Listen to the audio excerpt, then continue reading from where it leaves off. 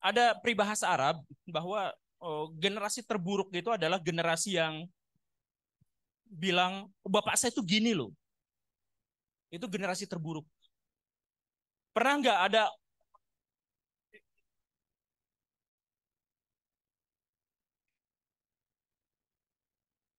Makasih. Tapi ini juga perintahkan saya.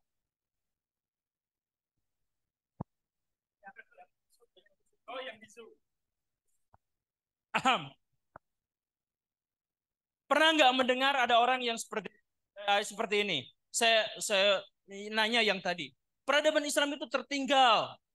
Lihat sekarang baju aja kita buatan non Muslim. Terus ada orang yang menyanggah pernyataan saya dengan mengatakan, kata siapa peradaban Islam itu unggul tahu? Tuh lihat Ibnu Sina mampu menciptakan anu. Tuh lihat Al-Biruni mampu menciptakan anu. Pernah nggak ada orang yang dengar gitu? Itu peradaban yang terburuk di antara yang paling buruk. Gitu. Generasi terburuk dari yang terburuk. Jadi kalau misalkan kata pepatah Arab dikatakan generasi yang buruk itu adalah yang mengatakan ayahku bisa gini, ayahku bisa gitu, itu aja terburuk, apalagi orang Islam sekarang. Lu lihat Ibnu Sina 1000 tahun yang lalu, bukan bapaknya lagi, ini 1000 tahun yang lalu di bawah-bawah gitu. Jadi mereka itu akhirnya menjadikan alasan kemunduran dan keterpurukan ini dengan bahwa di masa lalu kita jaya loh. Ya iya jaya, tapi kalau misalkan kitanya terpuruk artinya kita mengkhianati leluhur kita. Kan begitu. Leluhur kita ada di atas, kita ada di bawah, kemudian kita malah marah-marah sama yang di atas. Atau sebaliknya yang tadi itu, ya yang pantas disalahkan itu adalah orang-orang zaman dulu. Saya hidup kayak gini tuh ya kayak zaman dulu. Kenapa kamu melarat kayak gini? Soalnya ayah ibu saya bercerai. Ya, ya itu ayah ibu bercerai itu adalah sebuah fakta. Tapi bagaimana menyikapi faktanya itu pilihan hidup. Saya kenal sama orang yatim. Bapaknya benar-benar gak benar. Nikahin satu perempuan, tinggalin. Gak dicerai, ditinggalin doang. Nikah lagi, tinggalin. Nikah lagi, tinggalin. Anaknya banyak sekali, sampai dia nggak kenal siapa. Kerjaannya kayak gitu. Nah, di antara anak-anaknya itu, ada yang akhirnya jadi preman, tatonya banyak, tindikannya banyak. Pokoknya mah rambutnya merah kuning hijau gitu. Pokoknya kayak gitu jelek banget. Tapi ada yang satu lagi yang giat kerja. Yang di usia 14 tahun, dia ngelamar jadi pembantu hanya untuk bisa sekolah. Dan dia cekatan banget kerja, bangun tidur jam 3.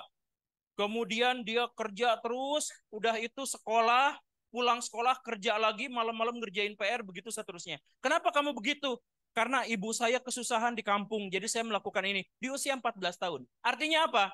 Artinya, walaupun bapaknya kayak gitu, ada yang melahirkan generasi yang jahat, ada yang melahirkan generasi yang baik. Maksudnya, jahat dan buruk orang tua kita itu fakta. Tapi bagaimana kita mengambil pelajaran, mengambil penyikapan, itu urusan kita.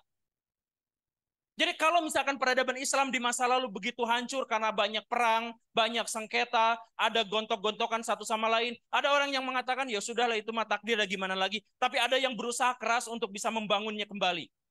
Itu tergantung individu, makanya setiap orang dimintai pertanggungjawabannya karena takdirnya, faktanya sudah ada, tetapi apakah dia bisa bersikap dengan itu atau tidak? Ada orang yang saya mohon maaf ya, cacat, katakanlah nggak punya kaki, ada yang dengan cara seperti itu dia termotivasi untuk bisa bangkit dan menunjukkan bahwa orang cacat pun ternyata bisa berprestasi. Ada yang gitu kan? Ada yang memutuskan untuk di pinggir jalan minta mengeksploitasi kecacatannya untuk dapat iba dan kasih sayang dari orang-orang. Sehingga dikasih recehan. Tapi recehnya banyak. Iya kan? Nah, itu penyikapan masing-masing. Jadi di sini, kalau pernah bertemu dengan guru sejarah yang membosankan, itu fakta. Kalau pernah ketemu dengan ustadz yang nyebelin, itu fakta. Kalau ketemu dengan orang tua yang ternyata tidak bisa memberikan kontribusi yang baik untuk belajar, itu fakta. Tapi fakta-fakta itu kosong. Karena yang paling penting bagaimana cara kita menyikapinya. Apakah kita menjadi orang baik atau kita menyikapinya sebagai orang jahat. Terima kasih.